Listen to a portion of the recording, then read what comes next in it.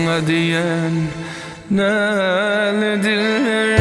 Canım Ali Cillat gülüm. Gelirindin bir pasır, canım Ali Cillat gülüm. Gelirindin bir pasır, canım Ali Cillat gülüm.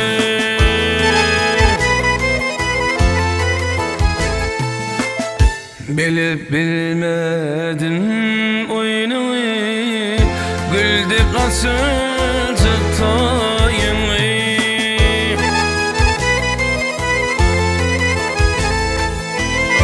Bir kızın sınar boyunu, canım Ali Cillat gülüm. Bir kızın sınar boyunu, canım Ali Cillat gülüm.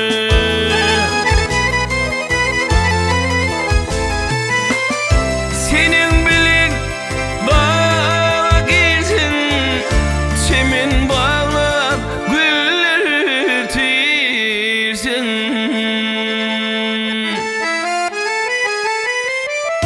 Kol salışıp bilece yürüsün, canım Ali Cillat gülüm.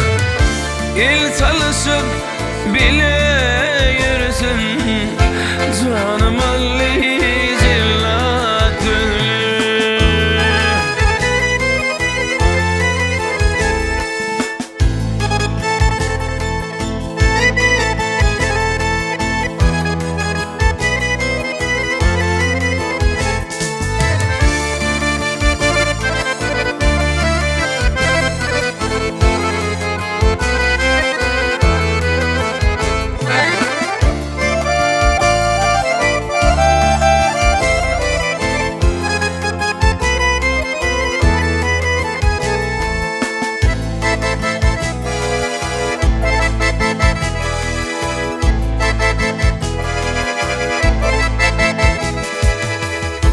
Hep sevmediğini dönürdün, susan düşmanın kanırdın.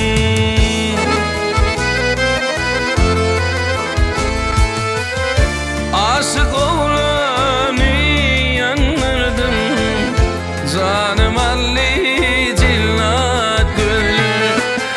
Aşık bağışını yanırdın, canım Ali Cillat gülüm. Canım Ali Cillat gülüm. Canım Ali